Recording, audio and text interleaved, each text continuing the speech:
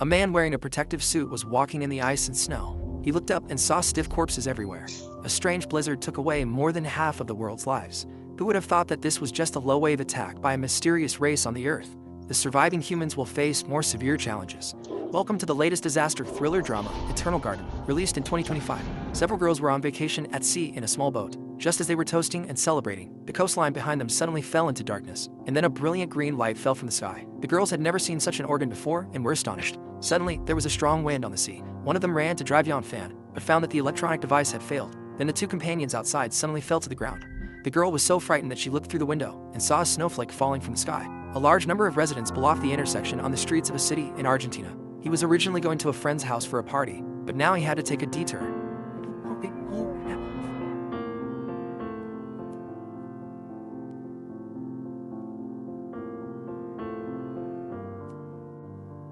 Passing through an intersection again, I happened to encounter a large number of fire trucks roaring past. This made Juan Ying feel that something was wrong. When she arrived at a friend's house, she learned that a fire occurred at a substation in the city. The key is that there is a cotton factory nearby. This thing will produce highly toxic substances when burned. No wonder so many fire trucks were dispatched.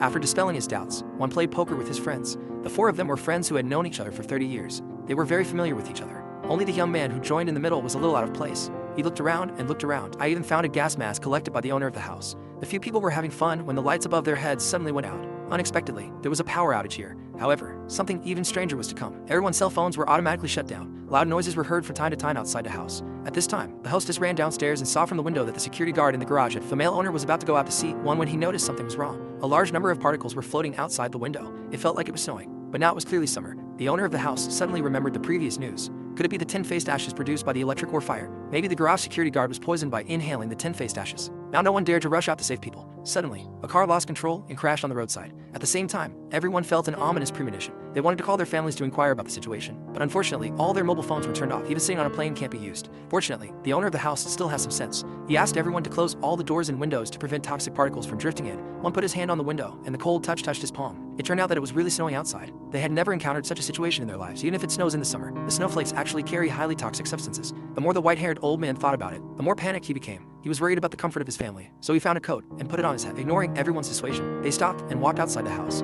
Everyone looked out the window nervously, only to see the white-haired old man collapse to the ground weakly before he took a few steps. Seeing with their own eyes the power of poisonous blood, everyone was completely uneasy. It took a long time before they accepted the fact that the natural disaster, the whole city was gradually covered in white blood. There was no doubt that all the pedestrians walking on the street were killed. Suddenly, there was a continuous knocking sound from the basement. Everyone held up oil lamps and went down to check. It turned out that someone was asking for help outside a door. The owner of the house said that the door led directly to the garage and was not used much. Even the key could not be found. After some discussion, everyone finally decided to pick the lock and save people. The woman who walked in was a delivery person. Her bicycle was broken and she was going to repair it in the garage. As a result, he saw the garage security guard lying down in the poisonous snow. After hearing this, Juan's heart moved. He walked out along the wooden door and walked through a path to the parking lot. Juan's car was parked not far away, but the car key was placed in the middle of the security room. There was a section of road because the roof was damaged and snowflakes were falling. The owner of the house advised her not to take risks, but Juan thought of the delivery girl. She was wearing a hat and a raincoat, which meant that as long as the snowy plum came into contact with her skin, it would be fine. Juan was also worried about the safety of his family, so he decided to take the risk. With the combined efforts of several people, a truck was pushed to the door of the security room. Juan, who was sitting at the wheel, stretched out an iron ladder. He covered his head with a plastic bag and followed the ladder to successfully enter the security room. Juan took out all the keys for himself and his friends. Everyone breathed a sigh of relief.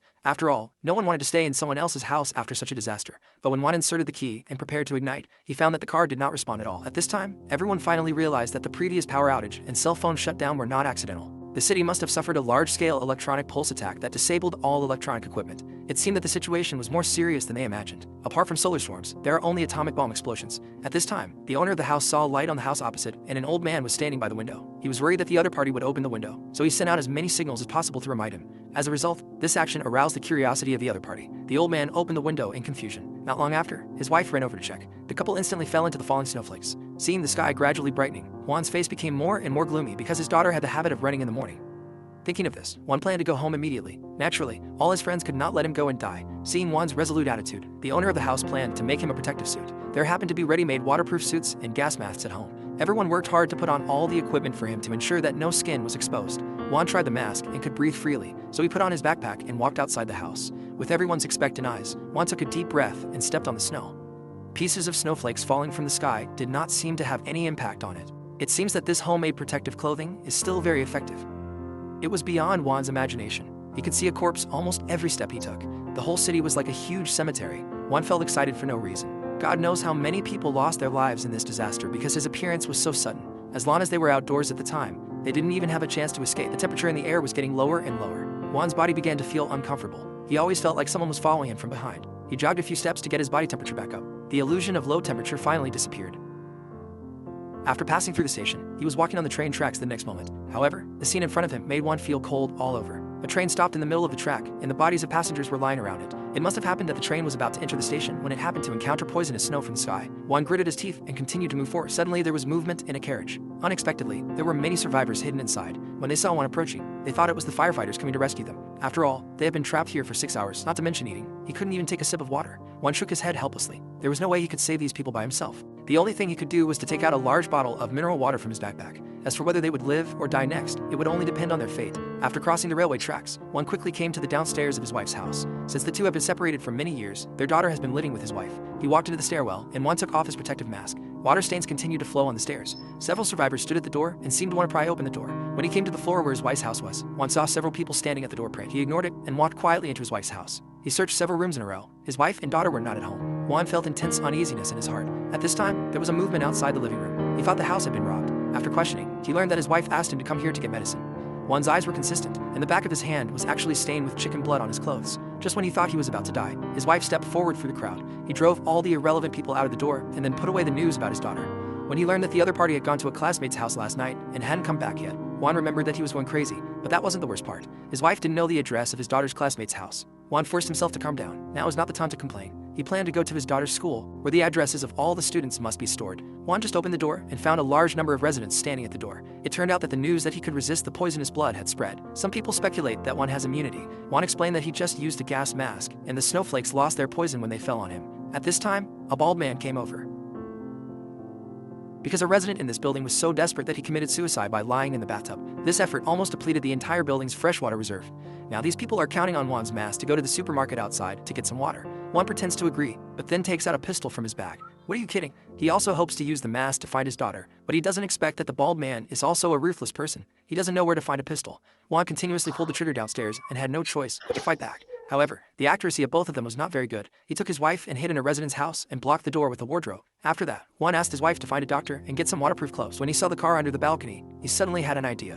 When his wife put on the waterproof coat, he put the gas mask on the other party's head. Now only one of the two can escape. Juan asked his wife to look for his daughter first and jumped on the roof of the car through the window. His wife successfully escaped from the apartment building. The bald man outside the door always wanted to come in. Juan fired a few shots from time to time, scaring them so much that they didn't even dare to raise their heads. However, the bald head was also shocking. He was sure that Juan's bullets had been used up and immediately led the others to forcefully break it. But Juan was already prepared at this time. He held the plastic bag in his left hand and raised the wooden stool with his right hand. In the astonished eyes of everyone, he suddenly smashed the balcony glass and the bald people disappeared in an instant. However, Juan was protected by the plastic bag and was not harmed by the poisonous blood. He picked up his backpack and jumped out immediately. The violent exercise made him almost breathless. Juan felt that it was getting more and more difficult to breathe, and he collapsed on the snow after walking a few steps. In the confusion, he seemed to have come to another place. When he woke up again, Juan found himself in a car. Sitting next to him were several survivors in protective suits. When they took off their masks, they turned out to be his wife and a group of friends. At this time, Shalai also happened to have some friends ready to take a rest after Juan left in the morning. The hostess wanted to take the tap water to make tea, but her husband stopped her. Who knows if the tap water was contaminated by poisonous blood? For safety reasons, it is best for them to only drink bottled mineral water. However, the owner's limited inventory can only last for a few days at most. Everyone has confidence in Juan. As long as he comes back in time and wears protective clothing, he can go to the convenience store to collect supplies. It has to be said that the owner of the house has a strong sense of safety. Since he is idle anyway, he simply reinforced all the doors and windows. After all kinds of people will appear in the apocalyptic world. The female delivery worker saw the owner of the house and wanted to play with it. However, the other person looked wary and felt like a house thief. The delivery man didn't want to stay any longer. He was about to put on his helmet and leave. The owner of the house, Fivali, quickly stepped forward to stop him. He was just being cautious, but he didn't want to see others die. Fivali decided to help the delivery man repair his bicycle. Maybe this would allow him to get home safely. As a result, when Fivali was repairing his bike, he accidentally discovered that the bicycle's lights could still light up. He took it apart and examined it carefully. It turned out that the only damage was the LED light. The old-fashioned S-bulb could still be used. Fivali had a bold idea in his mind. He connected the record player to the battery through wires, and soon a melodious singing voice came out. Only then did Fivali realize that electromagnetic attacks are only effective against integrated circuits, while those old-fashioned electrical appliances can still work. It happened that his family also had a classic car. After it was successfully started, they immediately went to the fire station and provided everyone with a set of protective clothing. At this time, gunshots were heard in the distance. He guessed that Juan might be in trouble. He turned a street and met Juan's wife. They successfully rescued the unconscious Juan. When a group of people walked through the dead streets, they didn't notice several balls of fire falling from the sky. Is there a new disaster coming? Swarms of strange insects are attacking the human survivors. Their size is comparable to that of a bull, and their hard carapace shines with a metallic sheen on the snow. The humans in the melee have almost no resistance and have become the monster's food reserves. The male protagonist Juan and his party did not know that a greater disaster was about to befall. After leaving his wife's apartment, they returned to Favali's residence again. Favali tried to use the radio to call for rescue. The bald man Lucas suggested that we should escape from the city, but the problem is that they don't know if other places are safe, and Juan still has an important task that has not been completed, which is to find his daughter. He wanted to drive away Favari's antique car. The latter thought about it and refused decisively because the car was the only tool for everyone to save their lives. Juan had no choice but to walk to New York with his wife. The blizzard at this time showed no sign of letting up. Favali's worries finally became a reality. The remaining survivors began to abandon their moral restraints. From time to time, the sound of smashing glass was heard in the night, occasionally mixed with a few gunshots. After a night's trek, Juan and his wife finally arrived at their daughter's school. The two of them split into two groups. Juan continued to search for the vehicle, while his wife Irina went to check the addresses of her daughter's classmates. When she walked into the school security booth, something incredible happened. Strange images suddenly appeared in Juan's mind. He saw his familiar daughter in the burning clock tower. The next moment, Juan woke up in the car and turned the switch. Miraculously, it started. On the other side, Elena had already walked into the empty playground of the school building. There were several corpses lying around. The scattered wine bottles showed that they were still partying before they died. Elena sighed softly and suddenly heard a knocking sound coming from deep in the corridor. He ran for his life and finally came to a poisoned bathroom. Through the crack in the door, Elena saw a pair of bloodshot eyes, followed by angry roars from inside. At this time, one happened to rush over. I released the unlucky child and gave him a slap to calm him down. After questioning, I found out that Ashung was locked in the bathroom for 2 days by a classmate as a prank. Suddenly and kindly reminded him. The reason those classmates didn't come to open the door was because they were all dead. Ashung rushed out of the bathroom and saw Dongjian's classmates through the window. His body couldn't help but tremble.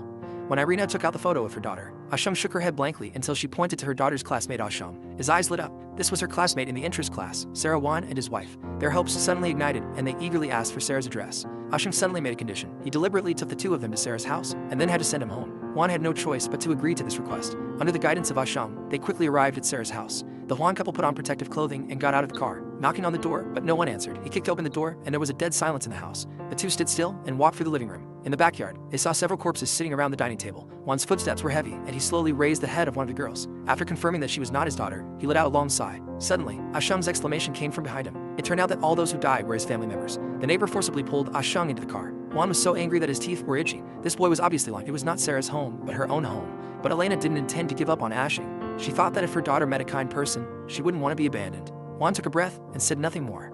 At this time, Ashung was passing through a pharmacy with a fever. They decided to go in and find some antibiotics to feed the unconscious Ashung. Afterwards, there were several slapping sounds at the door of the pharmacy. Through the glass, they saw a pregnant woman asking for help. Elena moved the heart of the shadow. He was let in without hesitation. When the next pregnant woman suddenly straightened up, his accomplices also walked in from the side door. The black muzzles were pointing at the Juan couple. The two robbers locked them in the pay pharmacy. By the way, all the materials and car keys were taken away. Fortunately, the unconscious Ashung was not found. When the robbers drove away, Ashung opened the door lock with the key and buried the car. They could only walk on foot in the snowstorm. The outer wire was torn apart by something unknown.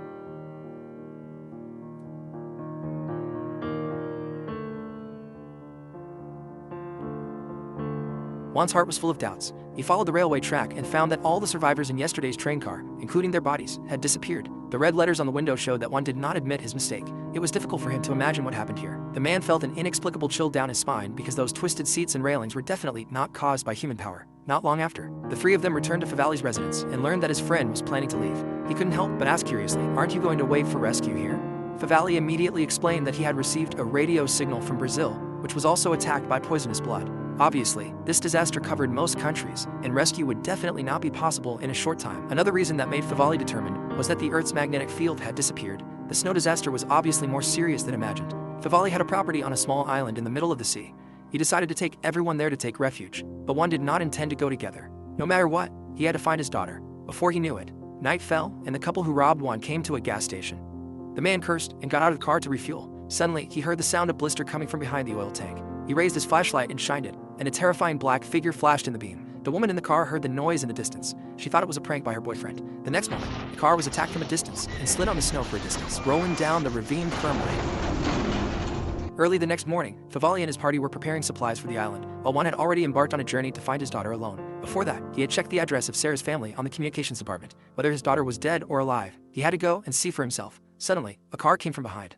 The driver was his good friend Favali. He didn't want to let down their 38-year friendship because of the blizzard, so he decided to help Juan find his daughter and head to the island together. An expert in applied physics has found the cause of the formation of poisonous blood. The bipolar magnetic field is like an invisible protective shield that blocks the radioactive particles surrounding the Earth. Now that the bipolar magnetic field disappears, the radioactive particles will attach to the surface of the snowflakes and pose a fatal threat. The two people were driving and chatting. After a while, the locomotive stopped. A large number of abandoned cars piled up under the viaduct, completely blocking the road into the city. The two people stood there for a long time. Obviously, this is not something humans can do. Juan saw a car with its lights on in the ruins and was about to climb over to take a look. Suddenly, several military vehicles full of soldiers drove over. Juan and the two were curious. I want to see what the military is doing.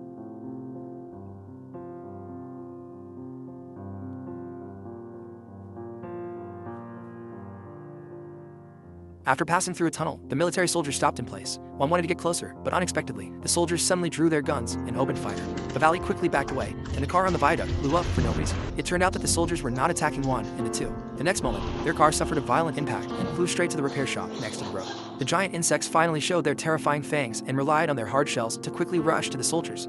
But instead of raising the butcher knife, they wrapped the soldiers into rice dumplings. On the other side, Juan and the two quickly climbed to the roof of the repair shop. At this time, their hearts were still beating wildly. Even though Juan had been mentally prepared, he was still sweating under this monster. When the sound of fighting outside completely disappeared, Juan didn't see half a living person. Not even a body was found, but they picked up a standard spear. The two walked along the icy road. In the middle of the municipal square, they saw several black balls piled by GMO. At this time, there was movement not far away. One was hiding in the corner of the building and saw a giant insect dragging the body into a hidden cave. Two of them took a breath and tried to escape from the area. Favali slipped and knocked over an oil drum on the roadside. There was a sparse sound in a cave. The giant insect rushed out like lightning. One fired the tree gun repeatedly, but the monster did not slow down and got closer. He held his breath and shot a shot on the head, which had no armor to protect it. However, before the two of them had time to wake up, the ground beneath their feet began to shake violently, and a large number of giant insects came flying towards them. In despair, Juan saw someone waving, but the giant insects did not pursue. Instead, they began to scramble to eat the monster's course. The two of them quickly ran along the footprints in the snow and came to a bell tower. The heavy iron door was closed tightly. Just when they were in dire straits, a Molotov cocktail fell from the sky. The flames blocked the reorganized offensive. The two of them followed the guidance and entered the middle tower from the side door. Climbing up the stone steps of the spiral staircase, they soon arrived at the secret room on the top floor of the clock tower. Unexpectedly, there were many survivors gathered here. The crippled brother headed by him looked very familiar to Juan. He always felt that he had seen him somewhere. He was very curious about where those giant insects came from. An old man pointed to the sky. "You will know if you go up and take a look." Juan climbed up the stairs to the rooftop. His eyes instantly froze and saw countless firelights passing through the clouds like meteors. Every landing point is a Zerg nest. It was only at this moment that one suddenly realized that this seemingly natural disaster was actually a sign carefully planned by alien invaders. The purpose of the attack was to remove obstacles for the Zerg army. Juan stood alone on the rooftop of the tower. Scarlet meteors flashed across the night from time to time, reflecting in his dissatisfied blood-red eyes. Juan knew that every ray of light meant that his daughter's hope of survival was slim. He began to persuade the survivors here to leave as soon as possible. Those bugs are wall-climbing masters and would attack sooner or later. Everyone actually understands this truth, but the leader. A group of people walked carefully through the streets under the cover of night.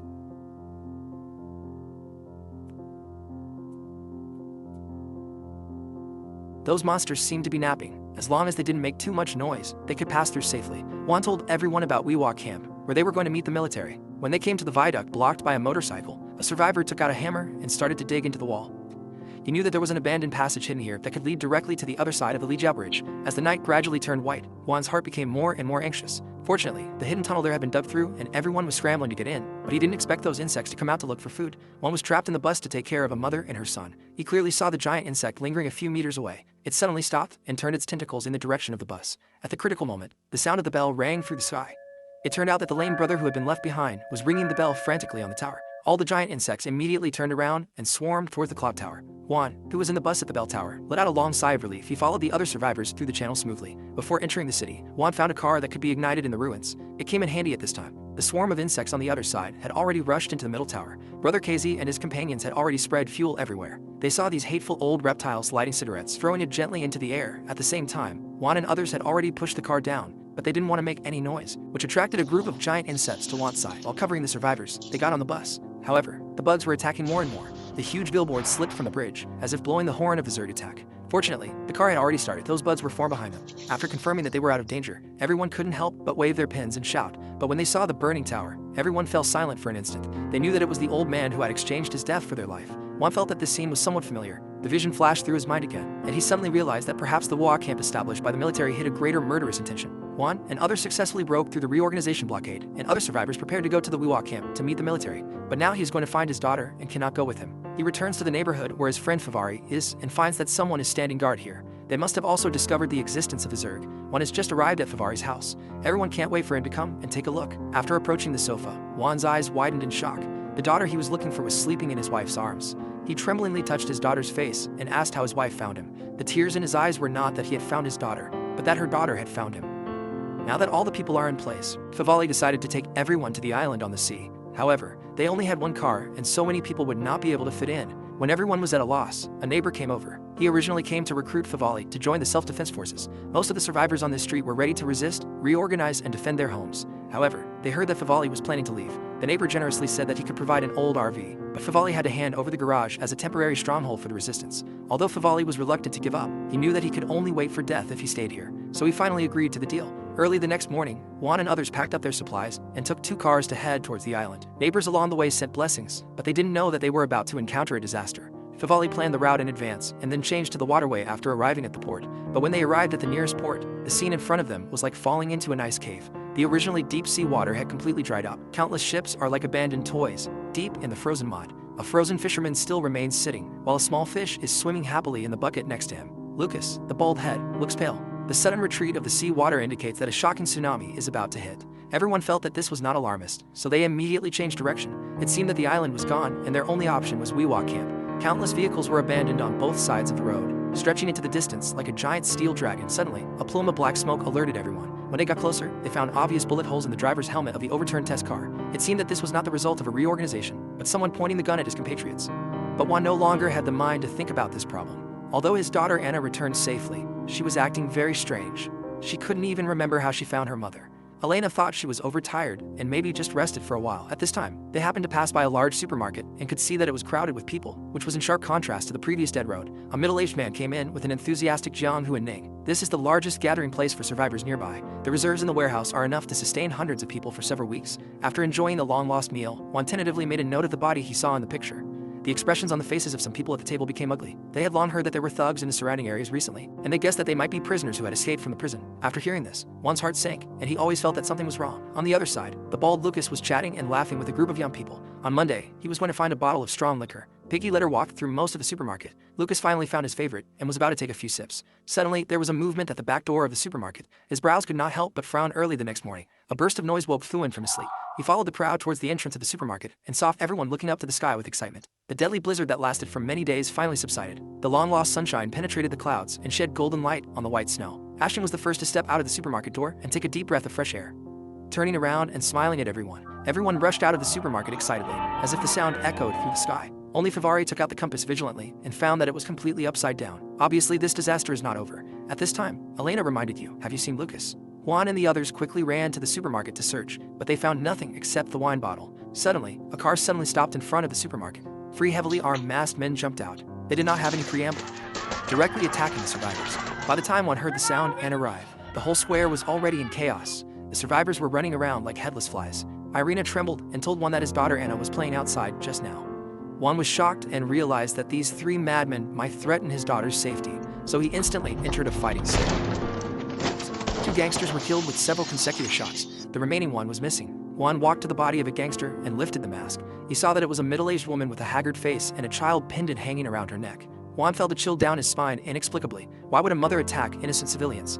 This is the roar of trucks in the distance. Several military vehicles full of soldiers parked in front of the supermarket. Lucas, who had disappeared all night, was suddenly on the military vehicle. So the next moment, all the survivors got into the vehicle and prepared to go with the military to the Mayflower camp. Juan and others were very curious about Lucas' experience last night. He shook his head and said that he didn't know. He drank a few sips of wine and couldn't remember anything. Later, he was woken up by soldiers on the side of the road. Knowing that the other party was from the Mayflower camp, he simply took them to the supermarket. After hearing this, Juan's heart sank. He always felt that this was something weird everywhere. What he didn't know was that something even weirder was happening in the tunnel a few kilometers away. The escaping attacker shuttled through the swarm of insects with a calm expression, as if this man was a member of the worms. In the blink of an eye, 3 days passed. Juan and other survivors had settled in the Mayflower camp. Many young people volunteered to join the combat sequence, hoping to contribute to the reorganization and confrontation, while most of the surviving women were assigned to the medical sequence. After all, the wounded in the apocalypse will never disappear. Favali was called to the command room by a soldier. It turned out that the highest officer was from Lucasnare. Only then did I learn that the supreme commander had given Favali a task.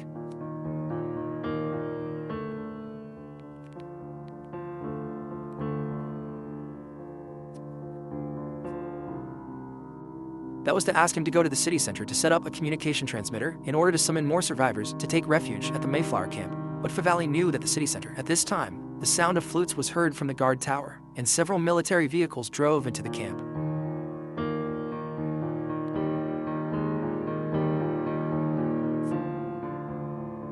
It turned out that they had picked up a new group of survivors. Favali saw an old acquaintance formally offering an old neighbor the RV, but at this time the other person looked haggard and trembling and said that all the neighbors were dead. Now he's the only one left alive. When night falls, several survivors quietly wake up Juan. They once escaped from the bell tower with Juan and are now half comrades. Brother Chom, headed by him, gets straight to the point in hopes that Juan can join the operation of setting up unlimited electricity. He had followed his father and driving a train since he was a child. Everyone deliberately took the train directly to the city center. After deliberation all night, one finally convinced the uneasy Favali, and the two decided to join the radio operation together. The next day at dawn, more than 20 volunteers said goodbye to their family while riding the assault boat down the river. Several transport planes cut through the clouds and flew towards the city center. Everyone was shocked when they saw it, indicating that the military was organizing an effective counterattack. Humanity had not given up hope. They moved forward along the railway track. They finally arrived at the abandoned train station. A group of people stayed outside to guard. The remaining people began emergency modification work. They welded a thick steel plate on the front of the car and installed a heavy machine gun on the attack position. When everything was ready, everyone got on the train and drove out of the station. No one noticed a woman in a cloak on the water tower in the distance. They were watching everything silently. As the train gradually approached the city, they saw from a distance that the railway track ahead was blocked by abandoned vehicles. Fortunately, everyone was already prepared. They grabbed the safety ropes and fixed their bodies to prepare for coming bomb impact. The train continued to accelerate amidst the war. Everyone sang the national anthem in unison. The giant steel beams swept through all the twisted metal fragments with the force of thunder. The spaceship train just forced its way to a bloody path. When the smoke cleared, everyone couldn't help raising their arms and shouting that they had finally succeeded in breaking through. It didn't take long for the train to stop a few hundred meters away from the city center building. There was no way forward. The volunteers had no choice but to go no further. On the way, they saw the wreckage of a transport plane and were curious about how the bug could not fly. After arriving at the target building, the officer divided the team into 3 groups. The technical team carried equipment to the roof to set up a signal transmitter, while the combat team built defenses on the outside. Another 4 people went to inspect the wreckage of the transport plane seen in the picture. One looked around uneasily. The whole city was eerily quiet. They broke into the city center with such great fanfare and did not encounter any resistance from insects. Could it be that they were brewing a bigger conspiracy? As if to verify his guess, the 4-person team that went to investigate the transport plane found several high-explosive bombs in the cabin. The target of the plane's attack turned out to be an inconspicuous gymnasium. When everyone was surprised, a little boy suddenly appeared in front of him. The reconnaissance team instinctively moved closer. Only then did they realize that dozens of heavily armed soldiers stood on both sides of the railway track. Favali, who was on the top floor of the building, had already adjusted the communication equipment. The correspondent took a deep breath and began to send broadcasts to the outside world. Humanity is facing an unprecedented crisis. He called on all survivors to come to Mayflower Camp to fight against those nasty bugs. The family members left behind in Mayflower Camp on the outskirts captured this signal through the radio. Thunderous cheers erupted in an instant, and people hugged each other as if they were seeing the dawn. After completing the broadcast settings, the technical team adjusted the transmitter to automatically loop broadcasts every 5 minutes. Just as they were preparing to evacuate, someone noticed that the River Plate Stadium in the distance was emitting a strange blue light.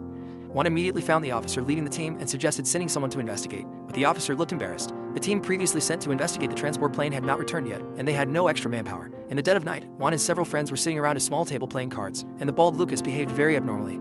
This veteran who usually excels in crowding out can even get the most basic rules wrong at this moment. Just when everyone is confused, Lucas suddenly explodes the knife in his hand and stabs his companion in the abdomen. Seeing the opponent trying to escape, Juan was very alert and finally caught Lucas on the edge of the rooftop. At this time, he was looking at the blue-lit stadium in the distance. Suddenly, he said that his mission had been completed. Before Juan could react, he kicked off his legs and jumped down from the high building. Looking along the balcony, they saw dense crowds of people gathering towards them. The 3 of them ran downstairs in panic, but they accidentally bumped into a big fat man returning from patrol. When they asked, the fat man suddenly shouted a few times, and then a large number of people ran towards the lake shore.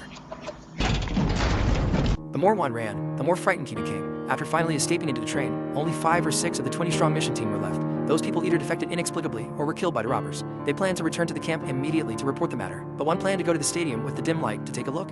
Maybe the Zerg is brewing another conspiracy. Surprisingly, Brother Chong actually volunteered and taught Favali the driving skills.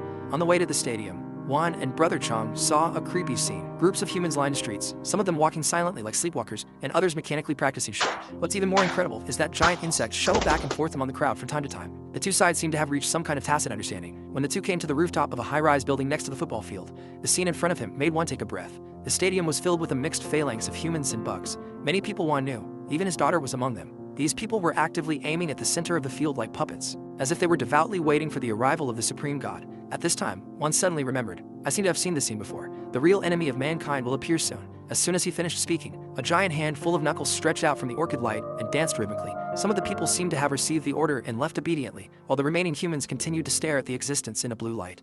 At this time, one finally understood that although Zerd are just the vanguard of a certain high-end civilization, they don't need to go into battle in person. As long as they drop Zerd from the air to block the city and then control the survivors with their thoughts, they can easily conquer the Earth. And the so-called Mayflower camp was actually a trap designed by alien civilization. They controlled high-level military officers and called survivors to come and seek refuge in the name of the resistance. These latecomers will all become puppets of the alien species.